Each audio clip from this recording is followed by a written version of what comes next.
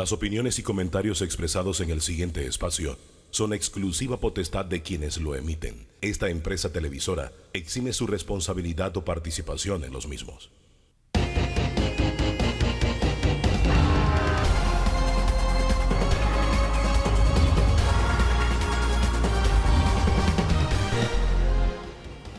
¿Qué tal? ¿Qué tal? Muy, pero muy buen día. Bienvenido, bienvenida a este encuentro dominical con el análisis, la opinión, la información, las primicias, las diferentes corrientes de opinión. Esta es la agenda. IBM tiene los días contados. ¿Qué hacer? Francisco Sánchez Cárdenas, exministro de Salud, nos acompaña. Rebaja de medicamentos en la cuerda floja. Balbina Herrera, la progenitora de la Ley 1 de Medicamentos del 2001, estará con nosotros, al igual que Víctor Baker, de los propietarios de pequeñas farmacias. Explota la bomba migratoria otra vez. El tema con Samira Gozaine, directora general de Migración, y Eduardo Leblanc, defensor del pueblo.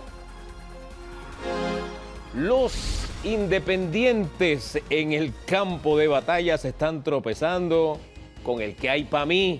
Franklin Robinson y Franklin Martínez, sí, una dupleta de Franklins, estará con nosotros esta mañana contando estas experiencias. Hay narcopolítica en la Asamblea. Recuerde que el magistrado cigarruista dijo que al menos un diputado que él conocía anda en estas cosas. Estaremos conversando con José Abel Almengor y Giovanni Olmos, ambos son ex fiscales. Comencemos hablando sobre la Caja de Seguro Social. Doctor Sánchez Cárdenas, buen día, bienvenido. Gracias, Hugo, un placer estar aquí contigo y saluda a todos tus oyentes. Hace lustros venimos con esto de viene el lobo y llegó. Ya el fondo fiduciario para el IBM tiene 3 meses de vida y el otro año se consumen ya las reservas. El tema es, ¿las soluciones se están planteando al nivel del problema o en qué condición estamos? Mira, Hugo, es un tema muy profundo, un tema muy complicado, sobre todo porque el país ahora mismo está en un resurgimiento de la economía después de la pandemia y sobre todo porque estamos en un proceso de encarecimiento de la vida debido a las guerras que existen en los lejanos países. Y entonces ahora en este momento estalla un problema que debió haberse corregido hace tiempo. Un problema que se vaticinó que iba a ocurrir cuando se hizo la ley en el 2005, se hizo la reforma de la Caja de Seguro Social. Se dijo que este proceso tenía como longevidad unos 20 años. Sin embargo, los gobiernos anteriores prefirieron no hacer absolutamente nada. Y ahora, precisamente, en medio de esta crisis económica, de una crisis social, estamos en la obligación de hacer algo por la Caja del Seguro Social y se va a tener que hacer, se va a tener que hacer. Se va a tener que hacer porque definitivamente hay 300.000 panameños que dependen de la pensión. Cuando se aprobó la ley de la reforma en el 2005, se dispuso que los que tenían 35 años, a partir de 35 años o más, seguirían en el programa de IBM. De tal manera que esas personas ahora tienen 57 años, ¿verdad? Yo estoy en ese grupo, precisamente. Entonces, ese es el grupo que puede resentir con mayor efecto. Claro que todos lo vamos a resentir, yo lo voy a resentir porque para mí tampoco va a haber, ¿verdad? Pero el grupo que lo va a resentir y que tiene la esperanza de jubilarse en los próximos años, la va a ver muy difícil. Ahora, doctor, disculpe, para ponerlo en términos, no sé, tal vez de pronto médicos, nos ha llegado un enfermo que tiene un síndrome, porque esto es complejo, como usted lo dijo, ¿verdad? Entonces, lo tenemos ahí en la camilla, en el cuarto de urgencia, pero nadie le aplica ni venoclisis, no le toma ni el pulso ni la temperatura. O sea, lo vemos que se está muriendo y somos testigos de que se está muriendo y no hacemos nada. Eso es lo que a mí me preocupa. El diálogo se tomó meses de vacaciones, los gobiernos anteriores no hicieron nada. El que tiene la múcura en este momento está allí, stand-by también, y muriéndose el enfermo. Ese paciente que tú dices grave, ese paciente está en medio de unos cuidados intensivos donde hay muchos otros pacientes, ¿verdad? Que requieren también Eso es otro mucho paciente sinónimo de la situación económica que existe actualmente. Yo creo que hay que buscar la fórmula necesaria para que los que ya están jubilados tengan la seguridad de que van a seguir recibiendo su pensión. El gobierno y el Estado Nacional y nosotros vamos a tener que fondear la caja del Seguro Social. Eso no hay la menor duda. ¿Y ese fondeo, claro que de dónde vienen esos fondos? Ahí está el detalle. Esa es la gran pregunta. Y todos somos testigos de que hay una gran cantidad de recursos que no se utilizan de la manera más correcta en el país. Y no sé cuánto será eso, pero yo he oído de cifras que maneja, por ejemplo, la Asamblea Nacional de 150 millones de dólares. ¿Necesita la Asamblea Nacional 150 millones? Yo oigo, por ejemplo, que la Autoridad Marítima Nacional aumentó sus ingresos enormemente. Nosotros tenemos en Panamá una... Y hace fiestas, disculpe que lo interrumpe, hace fiestas faraónicas en el exterior, ¿no? Yo veo que, por ejemplo, hay cosas que en el gobierno nosotros las corporatizamos, como fue el IRRE, el Intel, donde nosotros tenemos una participación como Estado, ¿verdad? En términos del 50, casi el 50%. Bueno, esos son recursos que pueden en este momento dirigirse a la Caja del Seguro Social. Pero fíjese su mentalidad. Su mentalidad es... Hay un problema, tenemos que buscar los recursos para dirigirlos a la Caja de Seguro Social. Los recursos internos. No, hablando de recursos internos, que muchos dicen no es suficiente, hay que hacer más. Pero al punto que le quiero ir es el siguiente. Cuando hablo con personas como usted que dicen hay que hacer, me sorprende y recuerdo el diálogo de la Caja de Seguro Social, que inició con hay que aumentarle la dieta a los miembros de la Junta Directiva. Y uno se queda pensando, espérate, ¿estamos hablando de salvar la Caja o, para utilizar el término muy común, qué hay para mí? No sé si hay esa conciencia de lo que realmente estamos enfrentando. A eso me refiero yo cuando te digo que hay que utilizar la mayor cantidad de recursos de una manera mucho más efectiva de lo que estamos utilizando. Y no es este gobierno solamente, esto se ha venido mal utilizando desde hace mucho tiempo. Pero bueno, llegó el momento en que estamos ante un gran problema nacional que puede tener unas repercusiones nacionales e internacionales devastadoras. Hombre, que el tema de lo que es las calificadoras de riesgos nos han hecho la advertencia. Es decir, ese dinero que algunos dicen tendremos que pedir prestado nos va a costar más y probablemente no nos lo den si no hacemos cambios con nuestra estructura. Entonces, no es el asunto tan fácil como que vamos a pedir prestado. Por ejemplo, ayer alguien me hablaba, de eso no entiendo yo mucho, me hablaba de que la Caja del Seguro Social y el Estado tiene una gran cantidad de propiedades que puede... utilizó un término monetizar, que pueden ser un sustrato para que la Caja del Seguro Social pueda adquirir una mayor cantidad de fondos. Hombre, hacer inversiones que sean productivas, tener el cerco o blindarla financieramente de manera tal que esas finanzas, ese dinero ingrese. Cuando se compararon los corredores, se habló, oye, ¿por qué la Caja no lo...? Me explico. Entonces, de pronto, inversión, los réditos de los depósitos, por ejemplo. Por ejemplo, una parte, aunque sea una parte directamente de lo que aporta el Canal de Panamá, que vaya a fortalecer ese programa. No todo, porque el canal le pertenece a todos los panameños, pero sino una parte que vaya a fortalecer ese programa. ¿Cómo se planifica hacer con el tema del cobre, por ejemplo? Que una porción va de... Ahora bien, pero fíjese que nos sentamos aquí rapidito, una lluvia de ideas cuando se piensa en solución. Y te salen millones. Y salen millones. El tema, vuelvo a reiterarle la pregunta, ¿hay la madurez en nuestra clase política, en nuestros gremios, en los diferentes sectores? ¿Hay la conciencia de que tenemos que sentarnos a hablar a estas alturas de solución en vez de estar señalando aquí están los malos, aquí están los, y aquellos hicieron y el otro hizo y el otro? O sea, ya el tiempo de las culpas no nos va a solucionar nada. Ya eso no cabe, La culpa la tenemos todos, por así decirlo, ¿verdad? Entonces, yo creo que ha llegado el momento, los agricultores usan diferentes tecnologías para madurar los productos más tempranos. Bueno, este agricultor, que es el problema de la Caja del Seguro Social, tiene que hacer que todos tomemos conciencia de que es necesario que le pongamos toda la atención y una atención positiva para solucionar un problema que es solucionable y puede empujar el país hacia adelante. ¿Es positivo lo que está haciendo el gobierno de patear la pelota, ellos dijeron, dejar las bases para que el otro gobierno haga? ¿Esa es la vía correcta? Yo eso me he manifestado públicamente anteriormente y no puedo decir lo contrario. Yo creo que se debió hacer algo. Y yo creo que el gobierno no ha terminado y debe hacer algo. Quizás no imponer unas paramétricas en esta fase, dado que nosotros ahora mismo, como te digo, tenemos una economía que está empezando a florecer. Si nosotros ahora metemos paramétricas de cumplirlas ahora mismo, ese progreso que hemos tenido en la economía definitivamente que es un tema político y se va a venir hacia abajo.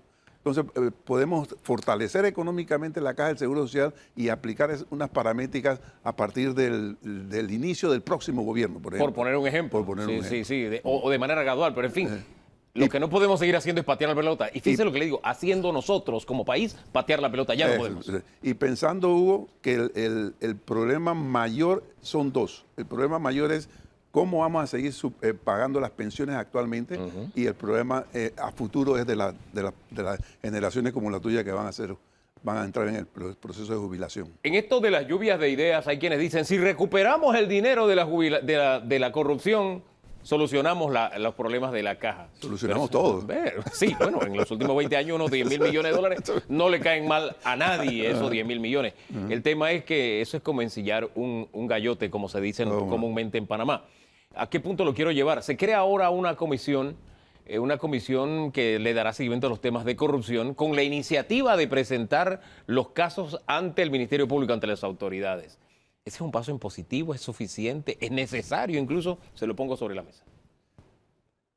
Yo sinceramente creo que todos los diálogos son importantes y necesarios.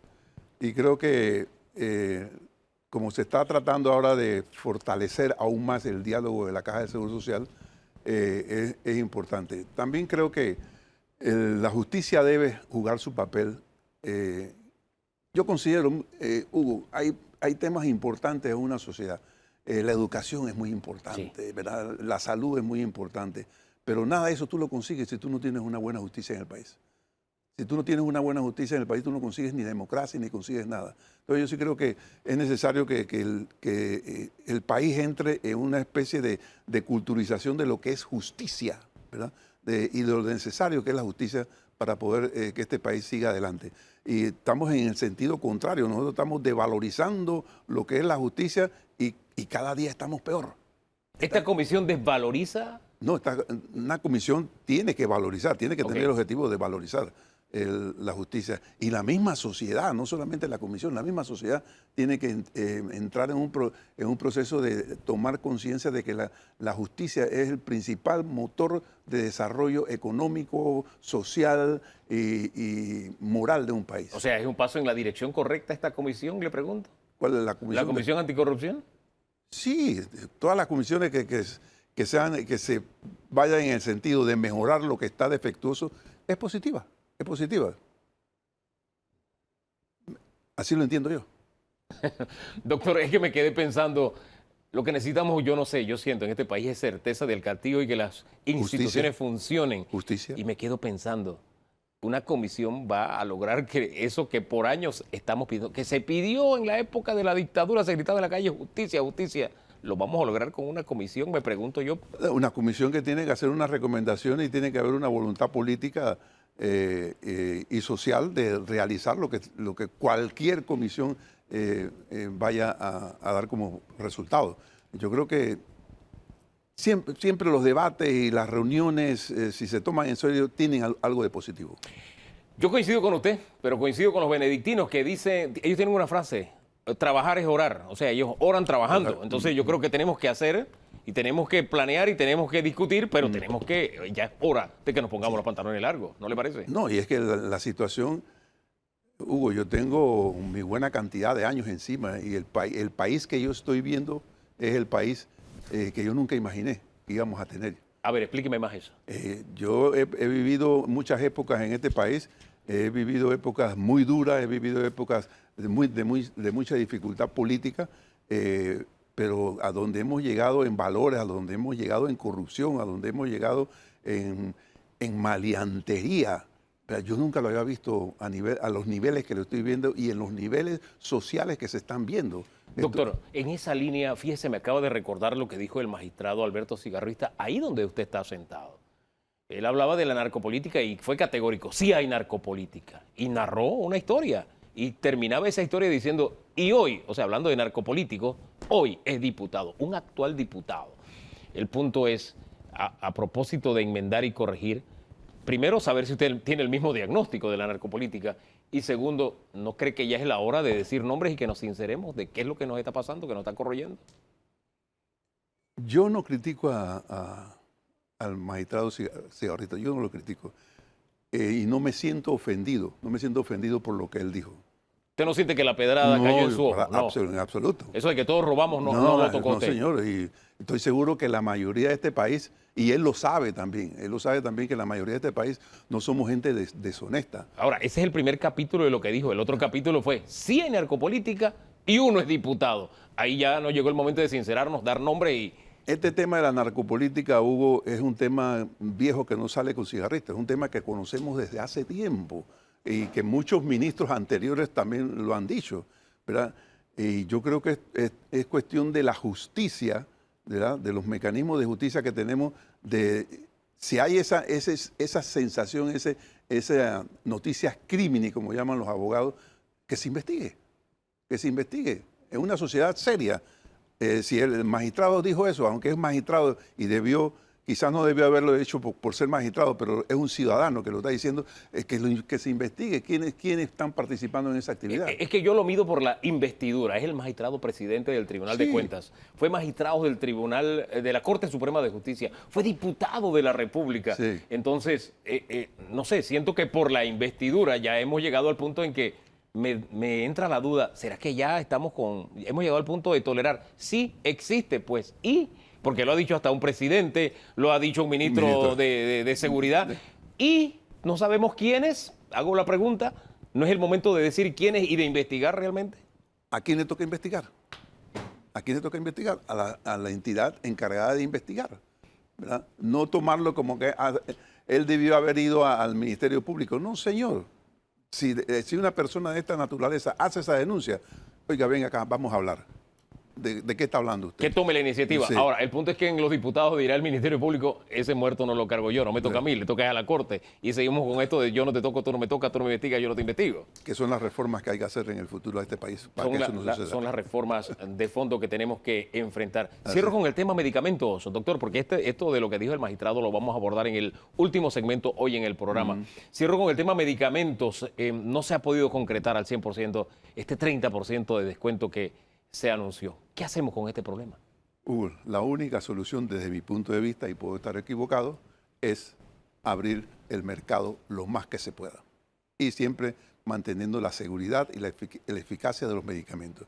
No hay otra medida. Tú no puedes, es muy difícil que tú le digas a un farmacéutico, me vas a vender 20, 30% menos. Eso es muy difícil, ¿verdad? Y te estás buscando problemas que no son necesarios. Lo que sí tú puedes hacer es crear todas las medidas necesarias para abrir el mercado y que venga todo el que quiera con medicamentos seguros y eficaces. Dejamos entonces ahí la propuesta de solución que es reiterada también de invitados que han estado en el mismo puesto donde se encuentra usted. Y ahí en breve estará, en unos minutos, Balbina Herrera, que es la madre de la Ley 1 de medicamentos, pero será más adelante. Vamos a una pausa. Gracias, doctor, por habernos acompañado. Gracias a ti. Vamos a una pausa y en segundos regresamos. Oiga, porque lo que sigue es precisamente eso. Balbina Herrera estará con nosotros y también los señores de las pequeñas farmacias hablando sobre este 30%. Se está poniendo cuesta arriba esta rebaja de medicamentos. En segundos, aquí en Debate Abierto.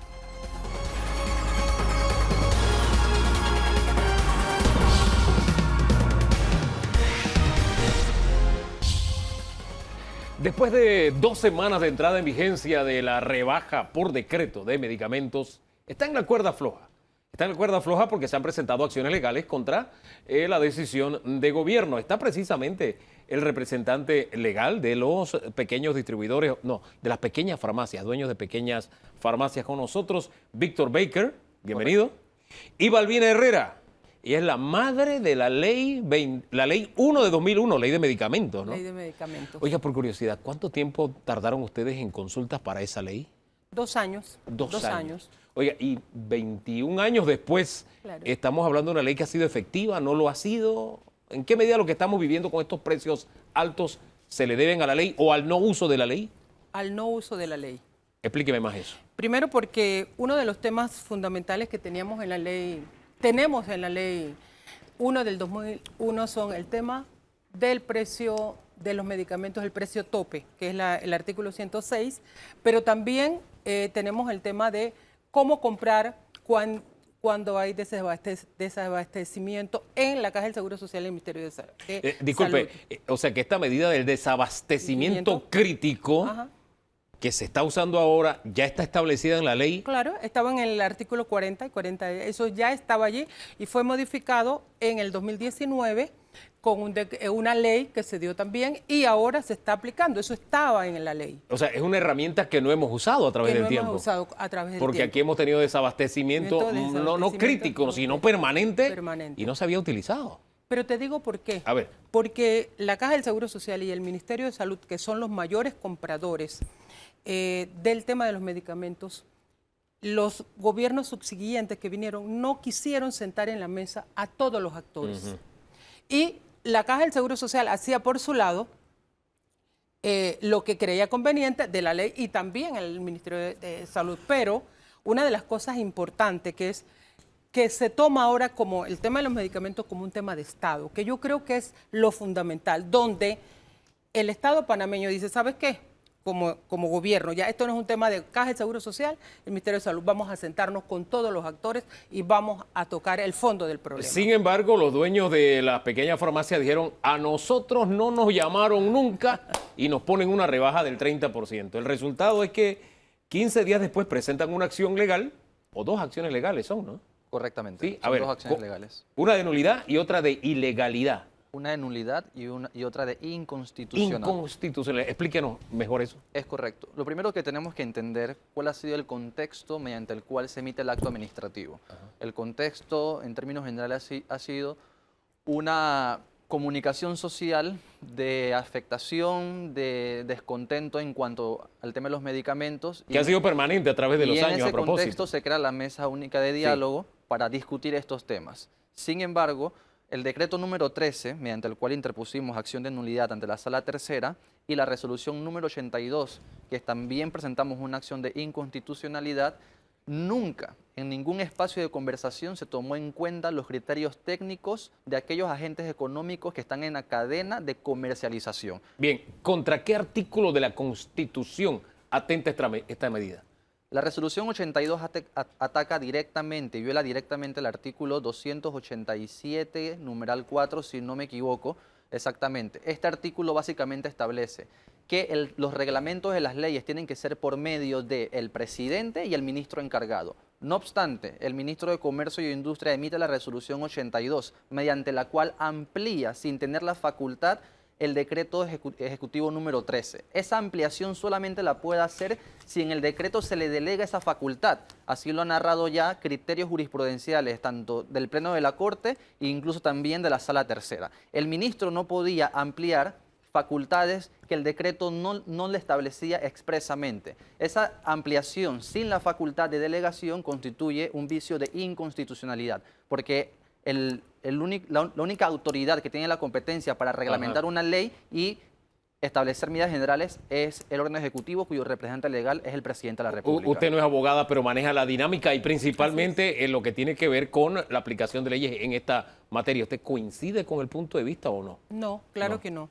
La Constitución es clara. Nosotros tenemos 3 instrumentos, 3 artículos de la Constitución panameña que establece quién tiene que velar por la salud del pueblo panameño, el Estado panameño. El artículo, definitivamente el 109. El 111 te dice que tenemos que tener una política de medicamentos a nivel nacional. Y el 284 te establece precisamente que se pueden establecer topes de acuerdo a servicios, productos que sentimos que están afectando a la población panameña. ¿Qué ocurre? Pero además te establece los mecanismos de cómo hacerlo. Claro. Nosotros tenemos como mecanismo, eso que dice la Constitución lo desarrollamos a través de una ley. ¿Cuál es la ley? La Ley 1 del 2001.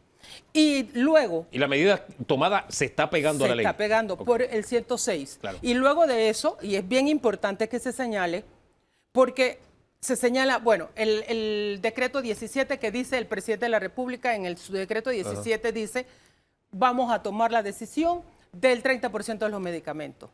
Y luego viene una resolución ministerial, que es la 82 que te establece que esa decisión, cómo lo vamos a hacer, lo establece esa resolución. Por eso es que yo no le veo que no haya concordancia en este tema del 30%. Ok, básicamente es lo siguiente, y por eso no comparto el criterio de la distinguida. Número 1, las facultades que tiene el Estado en materia de medicamentos lo establece el capítulo sobre los aspectos medicinales y cómo el Estado interviene en la economía en esos productos. Ahora bien, la Constitución es clara que eso se debe establecer mediante una ley especial que es la Ley 1. Sin embargo, luego, hasta ahí van de acuerdo. Hasta ahí vamos de acuerdo. Ahora vamos a la discrepancia. Aspecto número 2. Esa ley tiene que reglamentarse y las leyes se reglamentan a través de un decreto ejecutivo. Ahí está la Constitución que establece cuáles son las competencias del presidente de la República y que la hizo a través del decreto ejecutivo número 13. No obstante, el decreto ejecutivo número 13 tiene que ceñirse al principio de estricta legalidad, un principio del derecho administrativo e incluso también del derecho constitucional. En este decreto solamente se establece que las farmacias son las que tienen la obligación, artículo número 1 y número 2, para que los puedan revisar en casa, de que las farmacias son los que tienen que establecer el descuento del 30% sobre los medicamentos. En el decreto nunca se establece que debe hacerlo los laboratorios internacionales de fabricantes de medicamentos, ni tampoco las distribuidoras. Entonces, si viene luego una resolución ministerial, que es la 82, e incorpora a los laboratorios internacionales y a las distribuidoras, está ampliando el contenido de un decreto cuyo decreto no le da esa facultad. En ese sentido, tenemos un fallo de la Corte Suprema de Justicia, que fue el fallo precisamente sobre materia que se impugnó una resolución ministerial. Y para terminar, ¿qué dijo el Pleno? Mira, el ministro de Educación, un ministro en general, puede reglamentar un decreto siempre y cuando aquello que reglamente esté expresamente en el decreto, con lo cual no puede ampliar el contenido de un decreto si el decreto no lo autoriza para ello. Revisemos el decreto número 13 de 2017 y búsquenme un artículo, hay 3 artículos, sí. Búsquenme un artículo donde se señale a los laboratorios, búsquenme un artículo donde se señala a las distribuidoras y búsquenme un artículo donde se establece la facultad al ministro. Y eso se discutió en esta mesa, que el decreto no establecía la obligatoriedad. Ahora, al final la Corte es la que tiene que decidir y ya veremos. Hay una cosa importante. A ver.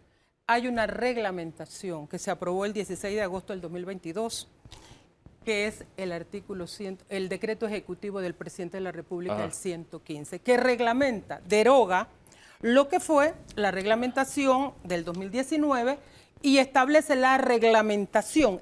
Todo documento, aquí está el documento de la reglamentación. Pero claramente en esto mire, esta misma discusión que se está dando ahora sobre el 30%, la tuvimos nosotros en el 2001. Sí, esto es como un déjà vu. Sí, se dieron 2 años y al final se pudo hacer por 2 años. Se pudo hacer por 2 años. Entonces yo creo que pudiésemos entrar un poco también a ver la cadena de comercialización. Sí, yo quisiera pasar allá, pero usted levantó la mano sobre el tema reglamentación. ¿Por qué? Ok, el decreto ejecutivo 115 lo que hace es reglamentar integralmente la aplicación de la ley 101. Sí. No obstante, hay que tener en cuenta cuál es el ámbito de aplicación o el objeto del acto administrativo del decreto ejecutivo número 13, cuyo objeto es la aplicación de la excepcionalidad del régimen de control de precios en función del artículo 106. Son actos administrativos distintos con una motivación jurídica distinta, corresponde al acto administrativo. Y estoy clara que se responde. Primero está la Constitución, luego está la Ley 1 del 2001 y están los decretos y luego la tiene que reglamentar. Me parece que esta es la vía y vamos a esperar que la Corte Suprema nos diga cuál es el eso iba. A resultado. ese estadio ella está en la Corte, la pelota está del lado de la Corte y ella decidirá. Ahora, la duda que me invade es esta. Si ya es un decreto, es de obligatorio cumplimiento. ¿Cuántas farmacias están acatando el decreto? Muy bien. 2 cosas puntuales muy importantes. Número 1, la resolución 82, que establece la reglamentación del decreto 13, dicta específicamente cuál debe ser el mecanismo para aplicarlo. Sí. Es un efecto cascada, desde los laboratorios, luego a las distribuidoras y luego a las farmacias. Sí. Las farmacias no pueden entrar a la aplicación de este decreto y resolución si primero no la acata los laboratorios y las distribuidoras. Pero usted me está diciendo que la resolución no está acorde con el decreto, entonces ustedes no están obedeciendo ni el decreto ni reconocen la resolución. Ok, le explico algo. En el decreto no se establece la obligatoriedad de la pequeña farmacia de vender el producto. Si yo como propietario quiero retirar unas mercancías dentro de mi establecimiento, lo puedo retirar sin ningún problema, porque es propiedad privada y el Estado no puede meterse si yo quiero vender o no quiero vender cierto producto, con lo cual no hay incumplimiento. ¿Hay incumplimiento cuándo? Te explico cuándo hay incumplimiento. Cuando el farmacéutico lo pone en las dispensas, lo ofrece al consumidor y no le aplica el descuento. ¿Y eso no es lo que está pasando en la realidad? Y eso es lo que está pasando en la realidad. Las pequeñas farmacias, que son las empresas a las cuales yo represento, algunas no están sacando a la venta los productos de la lista de los 170 productos. Si no está a la venta, no hay violación. Ahí habría violación del decreto. Claro. No lo tienen a la venta, es lo que dice No hay el violación del abogado. decreto. Así es. ¿Ah? Miren, aquí se ha discutido Oye, parece el mucho. medicamento más caro, el que no existe, el que no está en la, No, en la farmacia. pero es que el gran problema es que aquí hay una cadena. Es claro explicarlo. Aquí están las industrias farmacéuticas, están los importadores, distribuidores, que es el otro eslabón, y por tercero están las farmacias. En las farmacias hay dos características. Están las farmacias de cadenas, que son las cadenas grandes, y están el resto de las farmacias pequeñas, a que él representa el licenciado. ¿Qué pasa? Me van a decir, dicen ellos, ok, hay problemas con las pequeñas farmacias. ¿Qué hizo? Que hay algunos laboratorios que ya aceptaron el 30%, porque para eso es la mesa del diálogo del medicamento presidencial. ¿Qué ocurre? Mientras las pequeñas farmacias estaban diciendo que necesitaban estar representados en la mesa porque no se les llamó, las grandes cadenas estaban vendiendo. ¿Por qué? Porque muchas de ellas son importadoras, pero también son distribuidoras y además de eso son farmacias, que ese es un tema que nosotros lo analizamos claramente. ¿Qué se ha hecho? Nosotros pensábamos, y dice la mesa de medicamentos, yo pensé que la Cámara de Comercio y los grandes estaban defendiendo a los pequeños, y pareciese que no, y por eso se incorporó. ¿Dónde está la distorsión de esto? Porque sí, el mercado tiene una distorsión y eso es una realidad. Y eso no tiene que verse que si queremos cambiar la situación Sí. de la estructura económica. Hay una distorsión porque es un mercado muy pequeño. ¿Qué hay que hacer? Y es mi opinión particular. A ver. Se debe hacer el inventario de cuánto es la calidad de medicamentos que tienen las farmacias pequeñas y se le da la nota de crédito que dice, precisamente, dice ya el decreto, la resolución 82, ahí lo dice, hay que darle el tema del documento o la carta de crédito. ¿Por qué? Porque yo creo que es correcto que si tú tienes un inventario al 30 de junio del 2022, tú tienes derecho a decir, ¿sabes qué? Yo compré este medicamento a este precio y no lo puedo vender con Es que la última vez que hablábamos de este tema, aquí se iba a hacer el inventario y se iba a reconocer a través de precisamente una nota de crédito. El gran problema es que los laboratorios no están reconociendo. Hay unos el laboratorios que descuento. sí. ¿Sí? El 90% son indiferentes. Son las Indiferentes, me dicen los señores de la farmacia. ¿Es así? Correcto. La mayoría de las pequeñas farmacias no están recibiendo la nota de crédito por parte de los distribuidores. De los distribuidores. De los distribuidores, porque es quien tiene la obligación dentro de la cadena de comercialización. Claro. Pero hay que señalar algo muy importante. ¿Cuál es la regulación de la figura del control de precios? Hay que remitirse específicamente a la ley que regula esa materia y que se estableció como fundamento de derecho en el decreto. Es la ley 45 del 2007. La ley 45 del 2007 establece en el artículo 201 taxativa y expresamente dos aspectos técnicos para la aplicación del control del precio a los medicamentos. Número uno, en ningún lado se señala un descuento del 30% sobre los precios. Se establece un precio tope, que son aspectos totalmente distintos, con lo cual se viola el principio de estricta de legalidad que establece el artículo 201. Y número dos, también establece la ley que en la aplicación del control de precios se debe garantizar un margen de utilidad global. ¿Por qué? Porque la ley reconoce de que no puede obligar a la pequeña farmacia a vender en pérdidas. Estos aspectos, estos dos criterios no se tomaron en cuenta en la motivación del decreto ejecutivo número 13 ni en la resolución número 82. Y esos son vicios muy tangibles de ilegalidad. Más allá de toda esta jerga legal que se utiliza, más allá de toda la historia que tenemos de la Ley 1 de medicamentos de más de 20 años y todo lo demás, el gran problema es que el panameño está comprando el medicamento caro. ¿Qué hacemos con esto? ¿Cuál es la salida? Aquí hay hemos visto el tema de comercialización, Sí. pero el gobierno, y no es que el movimiento social que se dio en julio, fue el que apresuró esto. Ya aquí se había instalado, desde diciembre se venía hablando, Así y en es. febrero de este año se instala la Comisión de Medicamento Presidencial, Sí. donde se tomaron medidas importantes. El tema del registro sanitario, que era engorroso, se hizo una síntesis. ¿Para qué? Para permitir que nuevos agentes económicos pudieran entrar. 2, se establece una política real de poder, una ley de medicamentos y de monitoreo internacional. Se acuerda con las pequeñas empresas, farmacias que puedan salir a comprar. Por supuesto, esto no es de la noche a la mañana, pero ya y eso se permite que las empresas, las pequeñas farmacias se asocien y puedan salir a comprar. Es más, se establece claramente que la Caja del Seguro Social y el Ministerio de Salud puedan salir a comprar, y por eso fue que el doctor Lao va a comprar a Colombia el tema de medicamentos. Porque ¿qué se dice? Si la Caja del Seguro Social y el Ministerio de Salud tienen medicamentos, es menos la población que necesita ir al sector privado. Entonces, ¿qué te quiero decir con esto? Yo creo que hay otros instrumentos que se están dando y se está fortaleciendo lo que es la industria local de medicamentos. Si queremos resolver el problema de fondo, porque este es un problema de fondo, esto no es un problema temporal. Entonces hay que tomar toda una cantidad de elementos y de decisiones que poco a poco se van instalando. Yo creo que las pequeñas empresas, farmacias, están participando en la mesa y que es bueno, porque es allí donde se gana y se aporta en un tema tan delicado como los medicamentos. Sí, señor Baker. Ok, hay que hacer una acotación importante. Las pequeñas farmacias no han formado parte de la mesa de diálogo. Las pequeñas farmacias mantuvieron una reunión con autoridades desde el miércoles 10 a el domingo 14.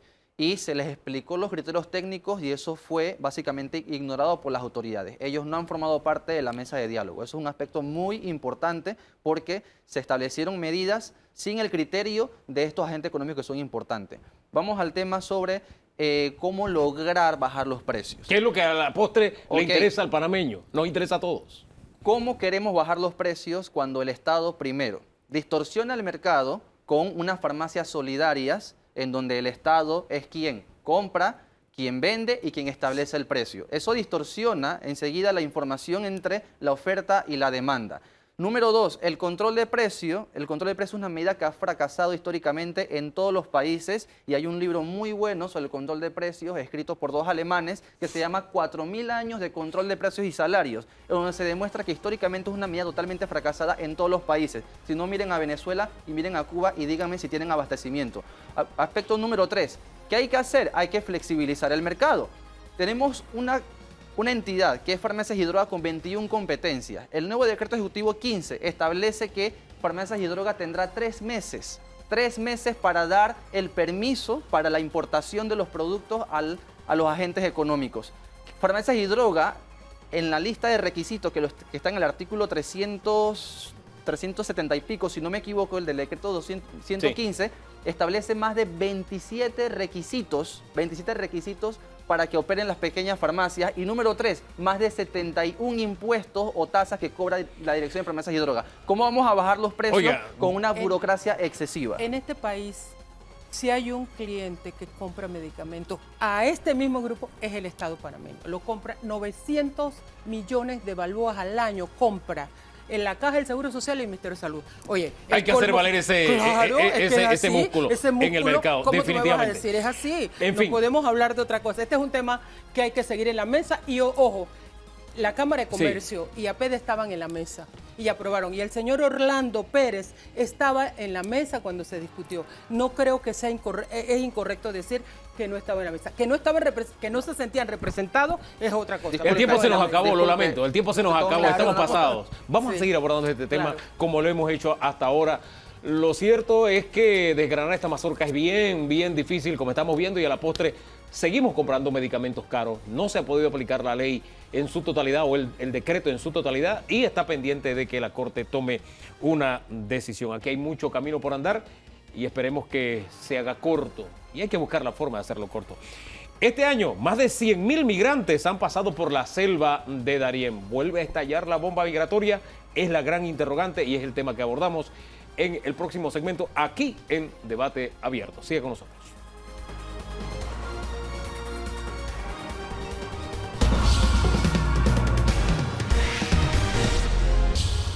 Ha explotado la bomba migratoria nuevamente, explotó este año ya. Vamos a poner en perspectiva el tema. Está con nosotros Amira Gozaine, directora general de Migración, y el defensor del pueblo, Eduardo Leblanc. A los dos, gracias por acompañarnos hoy. 100.000 migrantes ya han pasado por el tapón del Darién. Si lo comparamos con el año pasado, ¿podemos decir que estalló nuevamente la bomba migratoria? Sí, Hugo, lamentablemente para esta misma fecha el año pasado habían 70.000 personas pasado por Panamá. Este año 100.000 personas, es evidente que hay un incremento. Sin embargo, te digo, lo que a mí me gusta resaltar de esta situación en Panamá es que el equipo interinstitucional que tenemos en Panamá ha logrado administrar todas estas personas pasando por nuestro territorio en tránsito, buscando una mejor vida de una manera ordenada y segura para ellos. Hemos logrado ser ese puente, es verdad, e incluso hago memoria porque el año pasado la crisis que enfrentamos, que se quedaban varados en Panamá, no lo hemos visto este año. Sin embargo, 100.000 migrantes versus 74.000, me dijo el año pasado, a estas mismas alturas, me dice que este año vamos a romper entonces el récord del año pasado. Sí, probablemente, bueno, probablemente lleguemos a una cifra de 150.000 personas. Y recordemos que la migración lleva diferentes aspectos, ¿no? No solo los aspectos políticos de los países extracontinentales o del sur, sino aspectos de materia climática, aspectos económicos. Pero sí, ha habido un aumento considerable en personas y pensamos que esto va en ascenso. Y bueno, sí puedo reconocer de que las instituciones de gobierno central han dado más allá de un esfuerzo y han invertido recursos en pro de las personas que pasan por Panamá. El grueso de los migrantes este año, ¿cuál es la procedencia? Venezuela. ¿Sigue siendo Venezuela? Sigue siendo, bueno, acuérdate que el año pasado fueron haitianos. Sí, hubo muchos Este haitianos. año son los ciudadanos venezolanos los que tenemos en mayoría, luego viene Haití y luego viene Ecuador, en un número bastante considerablemente de bajo. Ahora, la información que uno recibe de Venezuela es que la migración que está saliendo de Venezuela ha disminuido. ¿Cómo explicamos que haya aumentado en Panamá el ingreso de venezolanos? Puede ser, y yo considero que sean estos los venezolanos que estaban en Colombia. Recuerda que Colombia se comprometió con Estados Unidos hace 2 años atrás a absorber un grupo de casi 2 millones de venezolanos que estaban allá, darles un estatus de protección temporal. Luego entonces a todos no se les logró dar ese estatus y yo considero y creo que son ellos los que están tratando de emigrar en busca de mejores oportunidades. Se les ha abierto las puertas en otros lados. Hay información de que ellos pueden migrar de una manera más fácil. Entonces están aprovechando esta situación. Al final hablamos de la procedencia y nacionalidad, pero hablamos de seres humanos. Correcto. Seres humanos que están viviendo un drama porque nadie se va de su país contento. O muy Así es. pocos se van detrás de un sueño, se van porque hay dificultades, hay problemas. Muchos han quedado en el camino. La cifra que se tiene de 18 fallecidos, ¿cuántos desaparecidos oficialmente hay en el tapón del Darién? Bueno, nosotros siempre en la Defensoría del Pueblo lo que hablamos es de cifras extraoficiales. Ajá. Y básicamente es porque al momento en que los países de Sudamérica, como Colombia, Ecuador, no comparten información con migración, aquí con la directora de migración, o no comparten con las defensorías del pueblo de Colombia o de Ecuador, no podemos establecer una cifra cierta de cuántas personas fallecen o cuántas personas dejamos atrás en el tapón del Darién. Hasta el momento, por rescates realizados por el Servicio Nacional de Fronteras en coordinación con migración, tenemos 19 personas hoy y tenemos 7 personas que están declaradas como no encontradas o desaparecidas. Sin embargo, dentro de los foros que hemos conversado, el que se realizó últimamente en la República de Panamá, nosotros alzamos nuestra voz porque sí hay cifras en la frontera mexicana, sí hay cifras en la frontera guatemalteca, porque comparten información, pero nosotros no tenemos cifra porque Colombia, la República de Colombia, lo puedo decir yo, probablemente no sea políticamente correcto lo diga migración, pero lo puedo decir yo, la República de Colombia no comparte información veraz, objetiva, detallada, como la que tenemos nosotros al llegar a nuestro suelo patrio, las personas. Yo quiero profundizar en ese tema, pero antes vuelvo a los desaparecidos, porque publicaciones en Venezuela, el diario, por ejemplo, el 18 de julio, está hablando de agosto, perdón, está hablando de más de 70 venezolanos. Además, publica una larga lista con nombres propios o supuestos nombres de personas que han desaparecido en la selva. Le explico rapidito. Y mire, Y la fuente es un comisionado de las Naciones Unidas, a propósito. sí, eso puede ocurrir. De hecho, miren, nosotros viajamos hace poco, gracias a la coordinación del Ministerio de Seguridad con los defensores del pueblo de toda la región, más la Oficina Alto Comisionado de Naciones Unidas, donde pudimos entrevistar a personas que acababan de salir del tapón de la selva del Darién. Y habían conversaciones que en el Hito de la Bandera encontraban personas difuntas, o antes del Hito de la Bandera, o un poquito cerca del área del Abuelo, que es un área donde vienen de una ruta que vienen de Carreto. Pero, ¿qué pasa? Nosotros, eso es lo que activa la alarma de las instituciones a buscar por parte de estas acciones humanitarias que realiza Senafrón. Pero como nosotros no sabemos cuántos se embarcan, niños, niñas, mujeres, hombres, adultos mayores, personas con discapacidad, personas embarazadas, no sabemos cuántos se embarcan de Necoclí o cuántos salen caminando de Capurganá, difícilmente la directora de Migración o este defensor del pueblo pueden decirle, bueno, es que de los 200 que se embarcaron, llegaron 150, hay 50 que ir a buscar y prendemos la alerta que Senafrón salga a buscarlo.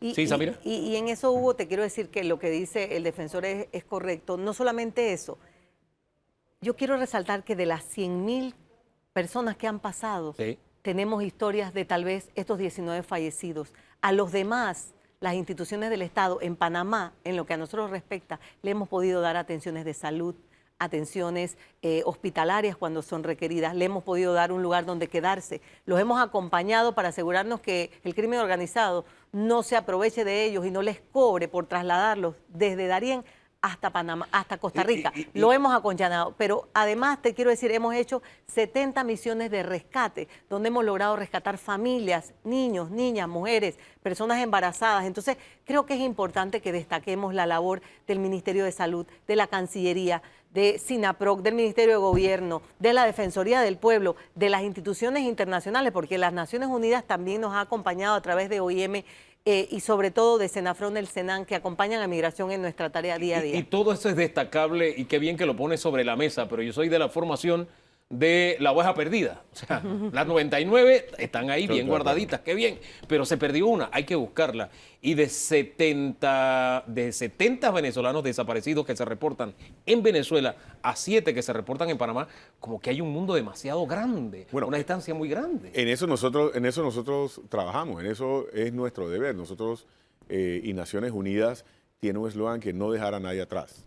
Y eso nosotros consideramos de que en el tapón del Darién, tanto en la parte colombiana como panameña, al igual que ciertos lados grises desde Panamá hasta la frontera México-Guatemalteca, estamos dejando a alguien atrás, sin lugar a dudas.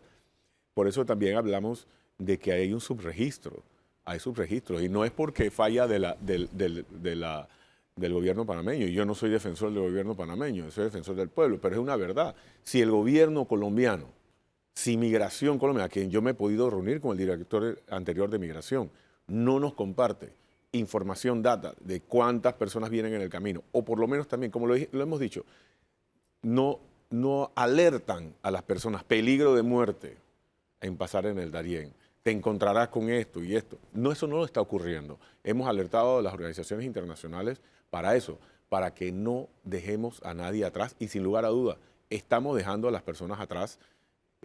Reconocemos del Ministerio Público está yendo con Senafrón a buscar, a recoger los cadáveres, pero eso es de los que los caminantes se dan cuenta y los que no. Esa es la gran duda y la gran interrogante, y ahí el gran vacío. Y en medio de Venezuela y Panamá, precisamente, está Colombia. El año pasado hubo reuniones, supuestamente se había sacado la punta del lápiz. No solamente era dar información, sino que iba a haber un acompañamiento para que no fueran los coyotes los que hicieran el negocio, sino que de alguna forma la propia autoridad acompañara a los migrantes. ¿Eso no ha sido posible entonces? Recuerda, Hugo, que es difícil. Estamos hablando de la selva más grande y más difícil que hay en el mundo registrada, es el tapón del Darién. Lamentablemente el crimen organizado y estos coyotes han abierto trochas. Por eso es que Panamá y la posición que tuvimos conjuntamente con las organizaciones el año pasado, y el defensor nos acompañó en esa posición, nosotros no es que estamos en contra de que las personas migren, es que estamos a favor de una migración ordenada y segura, que nosotras podemos asegurar. El paso por la selva no tenemos la capacidad.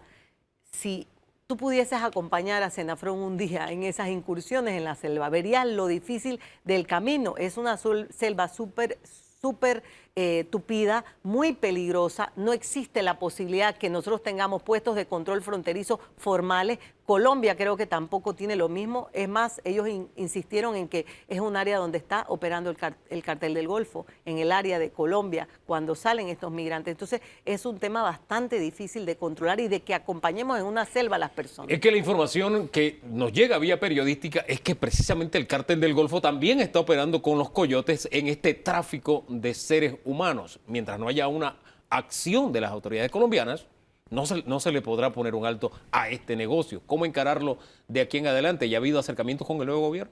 Sí, estamos sentados en Conbifront, que son acercamientos entre ambos gobiernos, tanto Costa Rica como Colombia. El tema es que en Colombia la Dirección de Migración está debajo de Cancillería.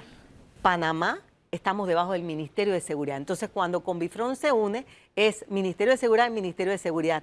Inmigración no participa de esas reuniones activamente porque responde a la Cancillería. Nosotros a través de Cancillería hemos hecho los acercamientos, todavía no hemos tenido una reunión, ambos directores, esperemos pronto tener ese acercamiento. Sin embargo, seguimos manteniendo que nuestra posición es abogar por una migración regular y que la trocha del Darién se cierre porque es una selva, porque no hay manera de garantizar el paso seguro de nadie por ahí y porque las personas que han venido y que yo he entrevistado, la mayoría de venezolanos me han dicho, si hubiéramos tenido la información, lo que decía el defensor del pueblo, no hubiéramos hecho ese viaje. Es que este año de alguna forma ha llegado información a las redes sociales, a los medios de comunicación, de los propios migrantes que se han grabado viviendo la circunstancia difícil de atravesar la selva del Darién y han dicho, si me hubieran dicho que era esto, yo me quedo en mi país, viendo en riesgo su vida. Ahora bien, hablamos de Darién, pero no es la única vía de tráfico de personas, de trata de personas en Panamá. Y alrededor de la trata de personas, de la migración, se mueve otra serie de delitos. ¿Qué podemos decir sobre este tema? Bueno, especialmente en el día de hoy que estamos prestos a encender las luces en contra de la trata de personas, te puedo decir que lamentablemente existe también con la frontera de Costa Rica serias trochas por donde las personas entran de manera ilegal. Hemos encontrado bandas que llevan a las personas hasta Nicaragua y luego de Nicaragua las entran en Panamá justamente para ponerlas en temas de redes de prostitución. Las últimas semanas hemos estado haciendo operativos para poder ir más a fondo y verificar este grupo de personas quiénes son. Hemos dado por cerrado algunos clubes que se dedicaban a esto. Estamos haciendo las investigaciones, ya todo eso está en manos del Ministerio Público, pero es un tema bastante complejo que estamos tratando con el Ministerio Público y los estamentos de seguridad a cargo de las investigaciones. Explíqueme esa lógica de que suben a Nicaragua, de Costa Rica suban a Nicaragua para bajar a Panamá, porque siendo tan porosa la frontera con Panamá, Costa Rica, ¿por qué no directamente entrar a Panamá? Ayúdeme a entender la lógica de... Recuerda que Panamá tiene una visa de tránsito para ciertas nacionalidades. Ajá. Entonces, entrar directamente a Panamá requiere de una visa.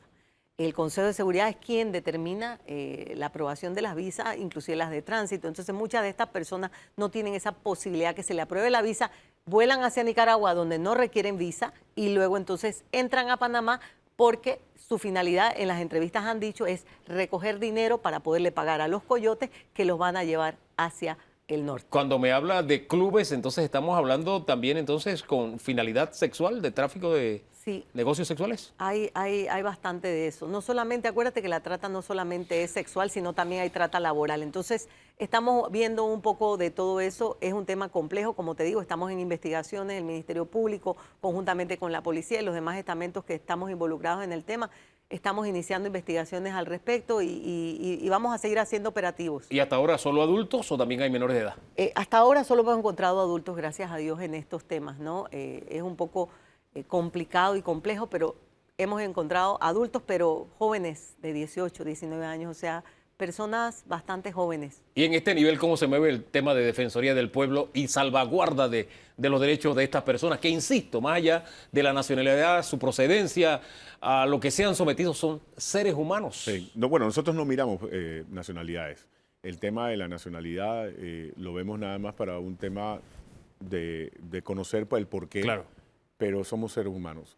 Nosotros pertenecemos a la Comisión Nacional contra la Trata, a la cual compartimos en mesa con el señor ministro de Seguridad y un grupo plural de instituciones, y todos esos casos son analizados bajo ese contexto y bajo los análisis que también realiza el Ministerio Público para determinar si existe o se existió o no trata o de explotación sexual o laboral, que también se puede dar laboral, y también tomar los correctivos para que eso no se pueda dar, ¿no? Entonces nosotros en esa no solo es la defensa de derechos humanos, sino también participar en la elaboración de políticas públicas para que no se dé la trata.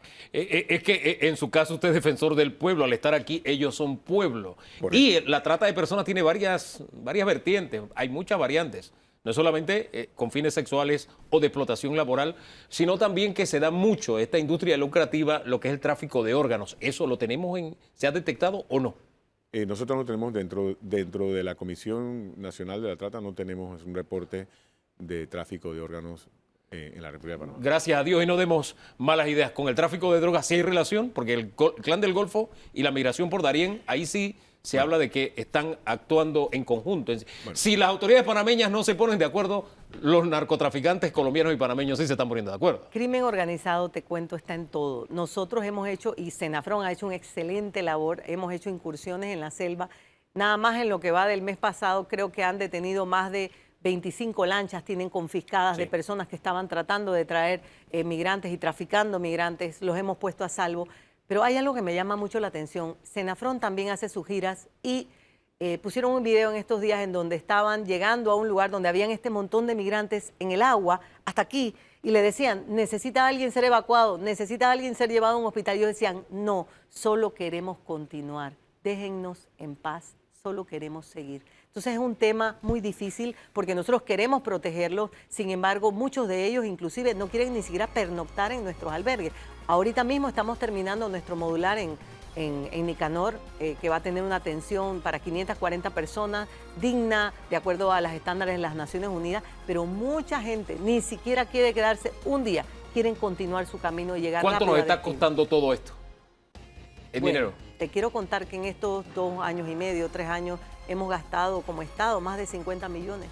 No solo es salud, no solo es migración, es Senan con sus aviones, Senafrón con sus personas, la Cruz Roja, Sinapro con sus voluntarios, la Defensoría del Pueblo, Ministerio de Gobierno, Cancillería. O sea, imagínate tú, esto como Estado es un peso, pero lo vamos a cumplir porque es un tema humanitario, nosotros respetamos los derechos humanos y por eso trabajamos de la mano con el defensor para asegurarnos de que así sea. Bien, gracias. Mucha información que ha quedado sobre la mesa para darle seguimiento. Lamentablemente este año, pues la bomba migratoria mucho más intensa que el año pasado. Nos queda ahí ese detalle y que no se les ha sacado la punta al lápiz con las autoridades colombianas. También un motivo de preocupación. Dios quiere que podamos caminar en la dirección correcta. Gracias por habernos acompañado el día de hoy. Vamos a cambiar de tema, vamos a hablar de política porque los independientes o de libre postulación se están encontrando en el mercado electoral con aquella frase de ¿qué hay para mí? ¿Qué me das para que te firme? ¿Cómo le están enfrentando y qué otras situaciones están encontrándose? De eso vamos a hablar en segundos nada más aquí en Debate Abierto.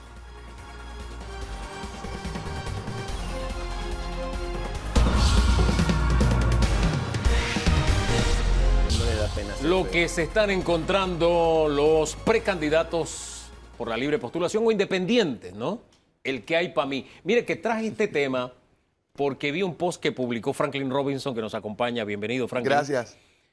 También está otro Franklin con nosotros, Franklin Martínez, que también es otro precandidato. Muchas gracias. En este video usted planteaba con esta modalidad tan suya de comunicación, Sí. con lo que se está topando, ¿no? Correcto. Con el que hay para mí, dame trabajo, dame y dame y dame y dame. Mira, Wow. es tan difícil en Riabajo. Desafortunadamente, en los últimos 30 años, Riabajo ha vivido con mucho clientelismo político. Ahora que estoy caminando y conociendo un poco la realidad política de las personas, me asombro porque por más que viva y comparta con las personas, el Franklin de antes, o aún soy divertido, pero no me explicaban ni me contaban lo que veo ahora como precandidato político para ser representante de Riabajo. Y es siempre que hay para mí Franklin. Cuando ven al político es como que, ¿qué me traes? Y la bolsa y el balón de fútbol. Ayer me pasó con un chico específicamente que me dice, Robinson, ¿quieres mi firma? Yo, claro, chambo, vamos a hacer esto. No, dame plata para el pasaje. Yo, por mí, ¿En serio? te vas caminando. te vas caminando. Yo no puedo darte plata para el pasaje porque si no me voy a convertir en lo que no quiero. Me voy a convertir en lo que tiene arriba abajo en este momento trabajo que no evoluciona. En patriarcado. No quiero hacerlo.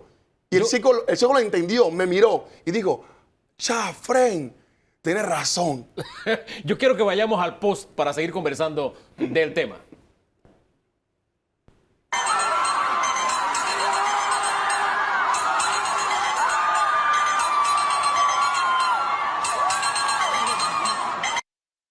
Mira, quiero que sepa que este video que hice en TikTok, número 1, esta canción está pegada. Hay que buscar las herramientas para poder mandar los mensajes claros a la comunidad y más a los jóvenes. No es lo mismo que Hugo hable aquí del clientelismo con tu forma de decirlo, a que Franklin lo haga en TikTok con casi más de 1000 y pico de comentarios y todos lo comprendieron, todos entendieron, porque en Riabajo todos quieren un cambio. Pero ¿cómo pides un cambio si estás pidiéndome que me comporte como los mismos que le tienen subyugado y atrapado vas ahí en tu corregimiento? Es más, yo lo vi fue en Instagram y tenía más de 100 views, lo cual dice mucho. Ahora, esto también indica que está retratando una realidad. ¿Usted se ha encontrado con ella, Franklin? Ahora Martínez, ¿no? Desafortunadamente es una realidad que estamos viviendo a nivel nacional. El clientelismo llegó y el clientelismo no lo hemos podido erradicar por la falta de capacitación, la falta de educación, la falta de docencia que está dando incluso magistrados del Tribunal Electoral que dice que si no tienes política no te metas en esto. Y nos damos cuenta de que hay una gran... Si no tienes plata. Si no tienes plata no te metas en política, pero hay una gran cantidad de personas que tienen propuestas y cuando llegas a pedir firma nadie te pregunta cuál es tu propuesta, cuál es tu intención, cuál es la razón por la que tú quieres llegar a la Asamblea Legislativa. Ahora, pero me llama la atención que el muchacho que pidió el pasaje estuvo dispuesto a oír. Claro, lo escuchó. Hay manera de comunicar, Hugo. Yo comunico muy directo y hablo como hablan ellos, tal cual, directo al grano. Cuando me encuentro con estos temas, les soy muy honestos. Me pasa con una chica. Franklin, necesito para la paila, la tengo volteada. Yo entonces voltear al revés. ¿Qué voy a hacer yo con tu paila? Cuando me escuchan y le hablo directamente así, me dice, Chuzo, Franklin, ¿cuál es tu firma? Me ha sido sincero. Hay un tema. La persona de Riabago, muchos son clientelistas, pero otros no lo son. Y los que son quieren un cambio. Y la única manera de que tengan el cambio es no dando lo que siempre han visto. Hay un tema que en los últimos 30 años la política panameña en Riabago ha sido clientelista. Yo estaba en estos días en un PH, Villa Lorena, casualmente, y a Gabriel me decían, Franklin, píntanos esto. No nos los han pintado. Y le digo, ¿y crees tú que los vecinos de calle 19, 18, de calle Cuarta, que están viviendo en PH, no hay que pintar en sus PH también? No son panameños, no ciudadanos. Es que ellos ganan mejor que yo. O sea, no es un tema de quién gana mejor o no. Si el representante debe pintar tu PH, debe pintar todos los PHs. ¿Y a usted qué le están pidiendo? A nosotros nos están pidiendo trabajo. Todas las personas con las que nos estamos encontrando nos están diciendo, ¿cuál es el puesto de trabajo que me puedes conseguir? Desafortunadamente, no existe ya suficiente espacio en la planilla gubernamental para llenarlo. Tenemos una planilla estatal inflada. La gran mayoría de las personas están ávidas de apoyo. Sin embargo, vemos que falta docencia. Hay muchas personas que se están quejando. Por ejemplo, los funcionarios públicos piensan que si dan la firma, los pueden botar del trabajo. Antes de ir al tema de los funcionarios, si le piden trabajo, ¿usted qué le responde? Yo no estoy en el gobierno y cuando esté en el gobierno no soy el que da trabajo. Realmente lo que ¿Y qué le responde? ¿Cuál es la reacción de la gente? Yo le digo a las personas, yo tengo 20 años luchando por la micro, pequeña y mediana empresa. Yo estoy tratando de, desde adentro, generar nuevas leyes en beneficio de la micro, de la pequeña, de la mediana empresa, que lleve bienestar al hogar de los panameños. Mira, en Riabajo pasa algo muy particular. La gente de Riabajo siente que la Junta Comunal tiene que darte trabajo porque han visto que la Junta Comunal le da trabajo y hay un tema de botellas en el área que molesta a la comunidad. Franklin, no, el vecino aquí, el de acá, están en la planilla de la Junta Comunal, pero no hacen nada. Ahí es donde se pierde el fondo, el presupuesto para poder trabajar por y para la comunidad. Cuando a mí me hacen la pregunta esta de trabajo, le digo, papá, tranquilo. Cuando yo sea representante, vamos a hacer una peatonal de calle 12 a calle 14 para que ustedes puedan salir a vender saos, a vender cosas con emprendimiento. Yo quiero cerrar Riabago los domingos, hacer una ciclovía en Riabago. En Riabago, desde 1920, que crearon la Bocatown, la gente de Riabago toda su vida ha sabido salir trabajando con venta de saos, venta de comida, venta de ropa y demás. Pero si usamos los espacios públicos para crear y traer personas, Las personas pueden generar riquezas con sus propias manos. Hombre, son los herederos de la gente que nos construyó el canal, o sea, Así de es. gente trabajadora. Tal cual. Ahí está el ADN, ¿no? Es Sí, que el Franklin. desarrollo del emprendimiento es lo que hace que el panameño de a pie pueda llevar el sustento a sus hogares. Nosotros no queremos llevarle a las personas más de lo mismo. Lo que estamos buscando es brindarle la oportunidad de, a través de emprendimiento, a través de micro, a través de pequeña, a través de mediana empresa, puedas llevar un sustento loable y normal y brindarle Así beneficio a es. las personas. Este es no, otro anuncio claro. político no pagado, a propósito. No hay nada más rico que poder llegar a tu casa con el dinero que tú trabajaste. Claro. Y comprar tus cosas con ese dinero. Con tu emprendimiento. Que, ojo, yo veo gente que está en la junta afuera esperando. Me regalan cosas. ¿Qué regalas qué? Tú tienes 2 manos, tienes 2 pies. Ahora vamos al tema del temor que usted ponía sobre la mesa. También hay temor, usted decía, de los funcionarios de ser despedidos. ¿Cuál es el temor real? En realidad falta docencia. Nosotros no hemos tenido la oportunidad de brindarle a los funcionarios públicos docencia que indique que brindar la firma de apoyo a un candidato, ya sea a presidente, alcalde, a diputado o a representante de corregimiento, nadie va a ver su información. En primer lugar, no le va a llegar a su jefe, a funcionario público, y no lo van a votar. En segundo lugar, la persona que inscribe con su firma y apoya a un candidato de cualquiera de los que existen a nivel nacional, de los más de 1000 candidatos de libre postulación, no está entrando en ningún partido. Nosotros todos somos personas independientes, no tenemos partido. Y es por eso que cuando nos dan las firmas no se cambian de partido. Es muy importante ese miedo que tienen los funcionarios. Sí. Los delegados, los funcionarios Sí. públicos tienen pánico a firmar. ¿Usted se ha encontrado con el mismo pánico? Desconocimiento total. Me dice, Franklin, yo trabajo en el IDAN. Y yo, ¿qué pasó? Es que tengo miedo que si doy la firma, esa gente ya averiguan todo, Franklin. O sea, que esa gente que está en política y esta vaina encuentran tu nombre, tu apellido y me van a sacar. Yo no quiero que me saquen de allí. Tengo 7 años trabajando acá. Por más de que ellos saben, algunos saben que sí pueden darlo, no quieren jugar con su pan. Porque ya saben cómo se matraquea el tema político, de que, buscan el Tribunal Electoral. Por más de que digamos, y acaba de decirlo el compañero, de que algunos somos independientes, otros no son independientes, pertenecen a partidos políticos. Van a tener luego, al final del día, sí o no, esa lista de quién fue lo que nos firmó. Y pueda que estas personas se sientan amedrentados y teman por su pan de su familia. Y los comprendo. Sí, Franklin. Lo que pasa es que la docencia es la madre de la mayoría de los errores que estamos cometiendo. Señores funcionarios públicos, nadie va a recibir información de que ustedes están apoyando a candidatos de libre postulación. Ojo, no es lo mismo la caminada que hace una persona de libre postulación que una persona encubierta de partido político. La calle de nosotros es llena de... delicado. Espérate, los candidatos por libre postulación de partidos están encubiertos. Existen personas que han pertenecido y que pertenecen Claro. a partidos políticos que tienen la infraestructura, el engranaje total y los fondos para llegar por libre postulación. Eso es legal, pero no es correcto. Hay una gran diferencia entre ser un habitante y ser un ciudadano. Habitamos todo el país, pero el ciudadano es el que hace actos que tienen que ver con la ciudadanía. Por favor, seamos honestos, seamos transparentes. Es que cuando usted habló de infiltrados se me vino la imagen de alguien que está viendo si tú caes o no en la tentación de traicionar al partido. Yo pensé en eso. ¿Pensé mal? No, no No, es eso. ok, Es bien, una bien. persona que perteneciendo a un partido político tiene los fondos que el Estado le destina, el engranaje y la estructura Claro. que otorga a un partido político. O sea, las personas que estamos caminando independientes no tenemos un partido político ni los fondos que los partidos políticos generan. Ahora, ¿ustedes están en contra de los partidos políticos? Yo no, al final del día los partidos son buenos, nada más que hay malas personas entre los partidos políticos. Si los partidos políticos trabajaran por lo que tienen que trabajar, el bien en común de todas las personas, tuviésemos mejores partidos políticos. Oiga, entre los independientes no todos son santos tampoco. Dentro de las cosas que yo he tenido la oportunidad de conversar, existe una conversación muy puntual. A ver.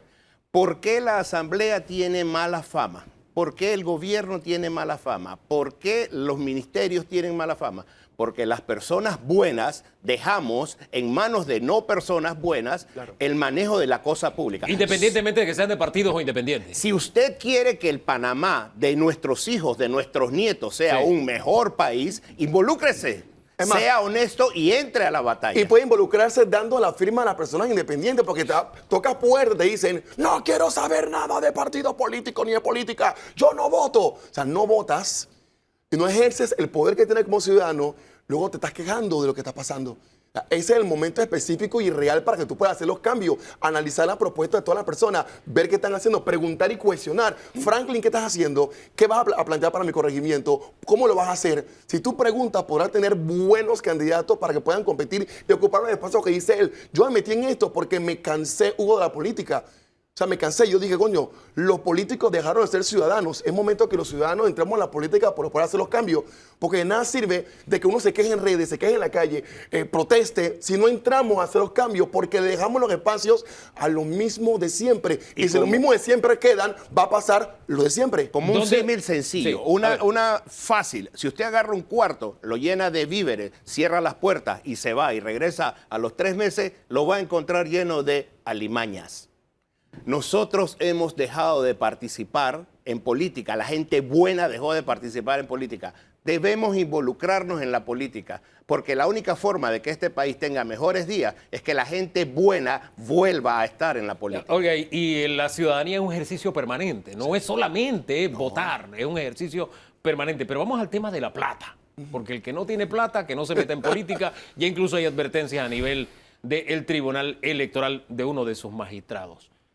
¿Cómo andan ustedes de plata? ¿Cuánto les está costando esto? ¿Quién lo financia? El magistrado fue real lo que dijo. O sea, yo cuando entré en esto pensé que esto era un viste de 2 vueltas. No es viste de 2 vueltas.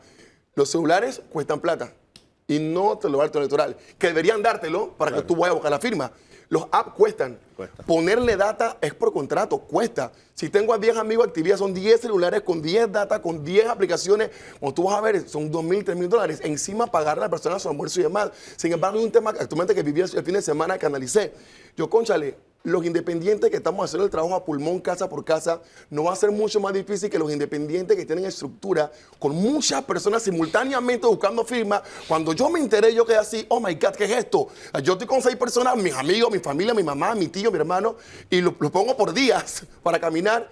Y te enteras que acá, Franklin, ejemplo, tiene una estructura enorme de gente peinando con muchos celulares. Te da un dolor, porque sí o sí, esto es un tema de matemáticas. Quien obtenga la firma va a tener los 3 espacios. Y desafortunadamente estamos poniéndole valor a la democracia. Y tristemente hemos perdido esa democracia donde la lucha del poder se debe iniciar cuando nosotros defendemos nuestras propuestas, cuando nosotros presentamos nuestros valores y lo más importante, cuando nosotros presentamos nuestra trayectoria. No es verdad que a la Asamblea Legislativa, no es verdad que a los representantes de corregimiento, no es verdad que los alcaldes, no es verdad que el presidente de la República va a ser una persona que no tenga propuesta y que no tenga trayectoria, porque vamos a volver a lo mismo, una escogencia entre los menos peores. Ahora, hay un tema de trayectoria que acabas de mencionar, que por muchos años los panameños ya le hemos dado espacio a personas con buena trayectoria. Hemos tenido ministros con trayectoria, hemos tenido diputados con trayectoria, hemos tenido embajadores con trayectoria. ¿Y qué han hecho? Nada. La política hoy es más un negocio que servicio. ¿Cómo lo ven ustedes? Lo que tenemos en la realidad en este momento. En este momento un tema de que hay para mí. De los políticos que hay para mí. Por lo que estamos incursionando, en mi parecer, o yo personalmente, es porque Riabajo es una mina de oro a hacer cosas hermosas. Estamos perdiendo el tema gastronómico de Riabajo Afro, que es hermoso. La arquitectura. Todo colonial. Hay que rescatar todo eso. Por eso dije, cónchale, si yo de mi restaurante en Riabajo, Calle Cuarta, he logrado muchas transformaciones, puedo lograr muchas cosas. Puedo lograr muchas cosas. Hugo, Palmé de la Ina Negra. Sí. Yo dije, vamos a hacer un día del South Days en Riabajo. Me decían loco. Yo agarré mi estacionamiento y convoqué a 10 emprendedoras del Estado de Riabajo. Vendieron más de 4,000 patitas de puerco en 2 horas. Solamente con un post mío. Imagínense si hubiésemos cerrado de calle 12 a calle 14 y convocamos a todos a la calle. Estoy seguro que Hugo Famanía agarra el carro con la familia y se va para allá a compartir, a probar un poco de la variedad que tenemos de Estado de Riabajo. Hombre, para servir solo hay que tener voluntad y un poquitito de creatividad. Ni siquiera mucha, un poquitito de creatividad. Desafortunadamente no es necesario, Enrique. A ver. La democracia tiene un costo y tiene un costo alto. Esa gran cantidad de personas que nos están apoyando de manera orgánica, que dejan de ir a trabajar 4, 5, 6, 7 horas para obtener las firmas, también comen. Esas personas dejan su trabajo y no es verdad que se van a alimentar con firmas. Entonces, es mitad cierto, que se necesita una propuesta sólida, una trayectoria sólida, pero se necesitan fondos porque esas personas comen. Entonces, al final del día, ¿qué estamos haciendo? Le estamos poniendo precio a la democracia y el Tribunal Electoral no está apoyando en igualdad de condiciones a aquellos que nosotros caminamos a pie versus los que vienen en helicóptero, porque los partidos políticos, discúlpame, vienen en carros de carrera, mientras nosotros vamos caminando a pie. Aunque sean candidatos independientes. Es que los candidatos independientes no tenemos ningún tipo de recurso. Nosotros no podemos esperar, como vienen los partidos políticos, que le dan el 50% de los fondos que se utilizan para las campañas políticas. Por eso, Frankie, yo voy a hacer un aitafón, voy a hacer bingo, voy a hacer... Voy contigo para recolectarlo, porque al final del día... Usted está en el mismo circuito, ¿no? Sí, yo estoy en el circuito 8-4 y Río Abajo pertenece al circuito 8-4. Hay que buscar fondos. También es otro anuncio político no pagado. Gracias por habernos acompañado. Gracias, Franklin. Momento de una pausa. Vamos a seguir analizando la realidad nacional porque la semana pasada el magistrado presidente del Tribunal de Cuentas habló de narcopolítica y señaló que había un diputado actualmente relacionado con la narcopolítica. Pongamos en perspectiva este tema con dos exfiscales, a ver las apreciaciones que tienen. En segundo, nada más aquí, en Debate Abierto.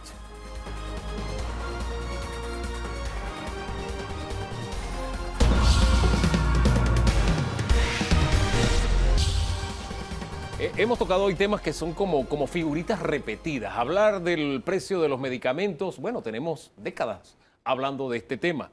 Hablar de narcopolítica también tenemos décadas hablando exactamente de lo mismo. Pero ¿por qué cobra vigencia?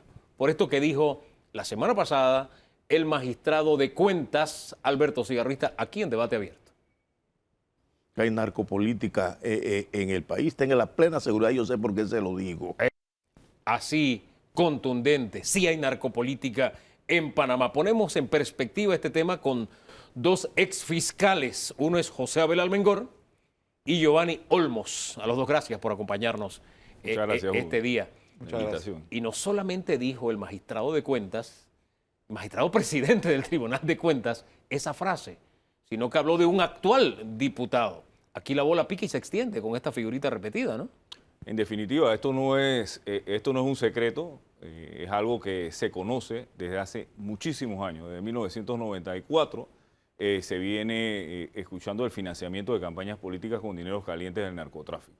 Aquí se penetró una campaña de un expresidente en donde entró un cheque de José Castrellón Henao, un narcotraficante que específicamente fue enviado a Estados Unidos y que manejaba el ala marítima del cartel de Cali.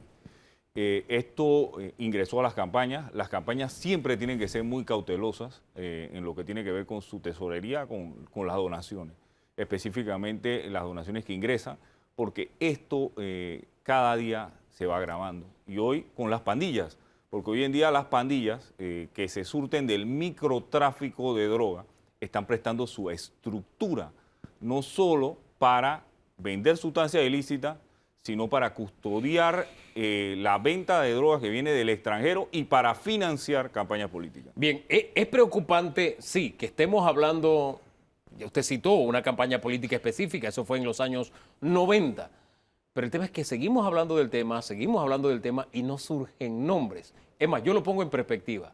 Habló un magistrado de Cuentas, magistrado presidente, que ha sido magistrado del Tribunal, de la Corte Suprema de Justicia, que ha sido diputado, no le está diciendo cualquiera. ¿No es hora de que ya digamos nombres o que surjan nombres si estamos hablando de narcopolítica? Es el momento, como bien lo dijo Isabel, es el momento para que estas personas revelen los nombres que estén dedicados a estas actividades. El Código Electoral ofrece las soluciones para los efectos de detectar estos financiamientos. Existe una auditoría para los efectos de entender cuál persona está donando para este tipo de actividades. De la misma manera, hay otros mecanismos. Por ejemplo, la Fiscalía Electoral, ver los financiamientos que puedan tener un origen ilícito lo ve como una contravención. Pero de la misma manera, el Ministerio Público puede, de una manera u otra, iniciar investigaciones como una información como esta, tan delicada, ofrecida por una autoridad de este país, ofrecida por un magistrado, lo cual conlleva una actuación inmediata del Ministerio Público. Es más, yo le digo sí. algo más, Hugo. A ver. El artículo 83 del Código de Procedimiento Penal hace alusión de que cualquier persona que tenga conocimiento de un hecho delictivo tiene que ponerlo en conocimiento de la autoridad competente. Es que precisamente le citamos ese texto al señor magistrado, porque si yo, como ciudadano, sé de la comisión de un delito, yo tengo que denunciarlo. Pero ya un expresidente lo dijo el señor Varela, habló del tema, un exministro de Seguridad ha hablado del tema, el señor, creo que fue Mulino, José Raúl Mulino. Es decir, se sigue sumando las filas de personas que dicen hay narcopolítica, hay narcopolíticos. El magistrado dice hay un diputado actualmente, pero a la postre no sabemos quién, o por lo menos oficialmente. El Ministerio Público tiene las herramientas, la información de inteligencia, existe la normativa,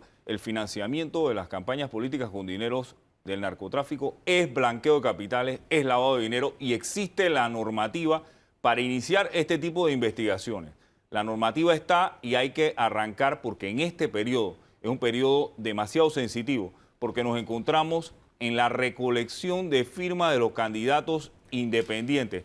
No puede permearse el dinero en efectivo, en bulto, para facilitar esta recolección de firmas porque en el futuro vamos a tener los cuerpos de poder del Estado con personas que están siendo financiadas por actividades de narcotráfico y eso es sumamente peligroso porque los delincuentes van a tener información en tiempo real de todas las actividades de los cuerpos de seguridad del Eso Estado. es para los que están en campaña. Es más, esta semana el magistrado Alfredo Junca habló sobre, lo dijo en portada, creo, de la Estrella de Panamá. Sí, aquí está en portada.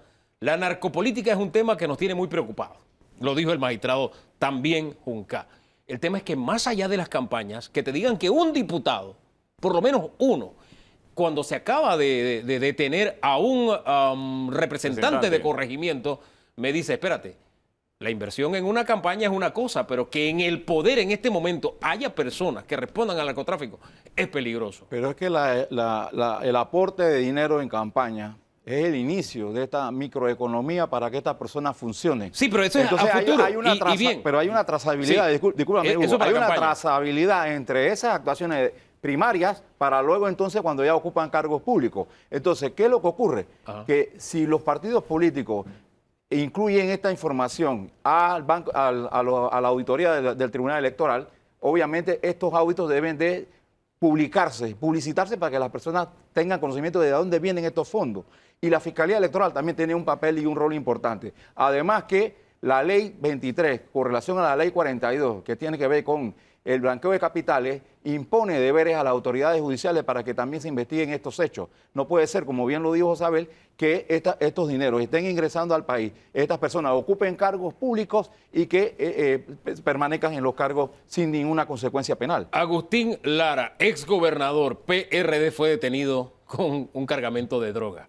Detienen al representante allá en la costa atlántica. Insisto, a mí me preocupa que en las campañas sí haya dinero de narcotráfico, pero me preocupa más que el magistrado haya dicho que hay un diputado y que no se revele el nombre. Usted citó un artículo. ¿Él está obligado a revelar el nombre o por lo menos decírselo a, qué sé yo, a los fiscales? El denunciante no está obligado a probar la verdad de su relato. Tiene que ponerlo en conocimiento del Ministerio Público, pero yo me iría más allá. Los fiscales anticorrupción y todos los fiscales, cuando tienen información de la noticia criminal de cualquier manera, pueden iniciar la acción pública. Bien. Eso se hacía antes. Yo no entiendo por qué un fiscal anticorrupción o otro fiscal que tenga conocimiento de la aseveración de una persona de esta categoría y de este cargo no haya iniciado una investigación de oficio. Nada lo impide, a menos que exista una autoridad superior que de alguna manera u otra le tenga vedado a estos fiscales que son independientes ante la ley para que inicien estas investigaciones. Créame que nosotros en nuestra época como fiscales oíamos información que podía constituir delito, inmediatamente iniciamos la investigación de oficio, porque una de las modalidades para iniciar una investigación son incluso de oficio, por denuncia o por querella. Pero en este caso de los diputados, quien lo tiene que hacer es la Corte, no un fiscal. De pronto ahí se escurre el bulto, ¿o no? Es correcto, pero ¿hasta dónde? ¿Hasta dónde llega el secreto profesional de un abogado? Él menciona que actuó como un abogado y recibió una información. Sí, el magistrado Cigarrita dijo eso, sí. Es correcto. ¿Hasta dónde llega ese secreto profesional? ¿Cuándo puede el Ministerio Público iniciar esa investigación? y en el momento que él conozca que en efecto existe alguna persona vinculada a la Asamblea de Diputados en estos hechos, entonces envía a la Corte Suprema de Justicia. Pero él puede iniciar perfectamente una investigación. Y como ha mencionado el licenciado Olmos, aquí no hay un secreto.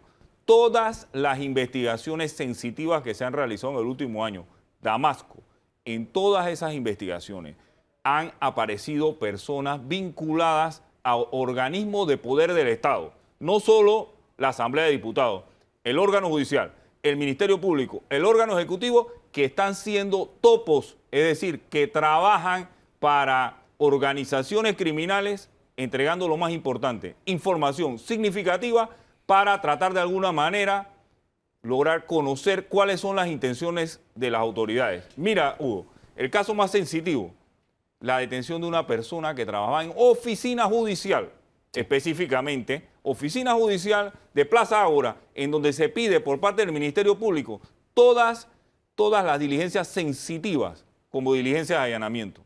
Conocían los narcotraficantes de antemano qué diligencias de allanamiento se iban a realizar y evadían los controles del Ministerio Público. Y en esa operación en específica se mencionó ante el juez de garantía que prácticamente todas las personas se encontraban con medidas cautelares diferentes a la prisión provisional, porque de antemano sabían cómo se iban a realizar las operaciones. Es más, se dijo algo más importante, que fue que se colocaban audiencias ante jueces específicos para que se pudieran estas personas entregar y dársele medidas cautelares. O sea, así como hay narcodiputados o narcopolíticos, ¿hay narcojueces también?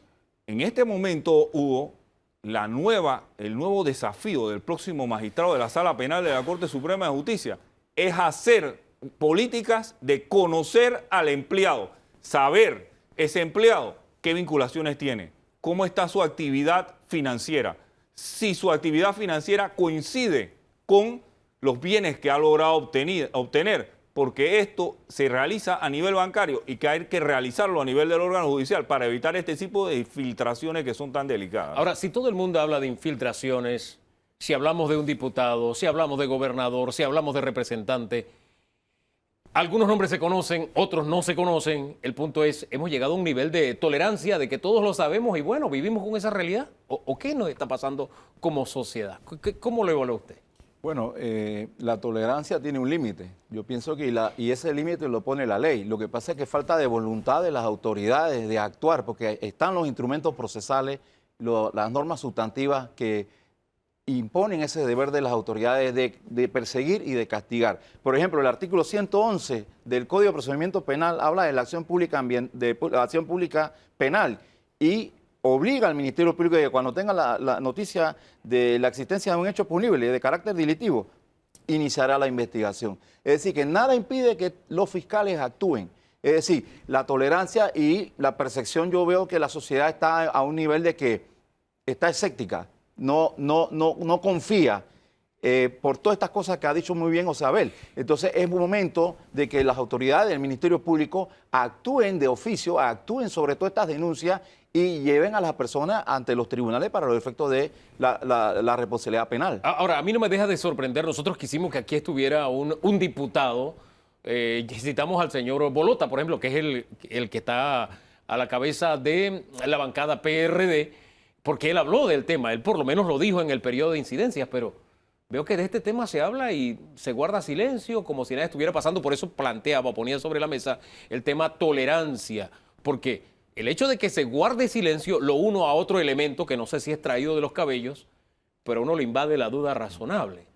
En la Asamblea hace rato está durmiendo y se está discutiendo, pero no se toma una decisión con la ley de extinción de dominio, que sería un golpe directo a la yugular a los grupos narcotraficantes. Y eso me llama la atención. Yo no sé a ustedes. Hugo, hay varias situaciones. Lo primero que tenemos que saber es que la comunidad no debe asustarse cuando el Ministerio Público realiza operativos y se pone de manifiesto la existencia de corrupción de parte de funcionarios públicos.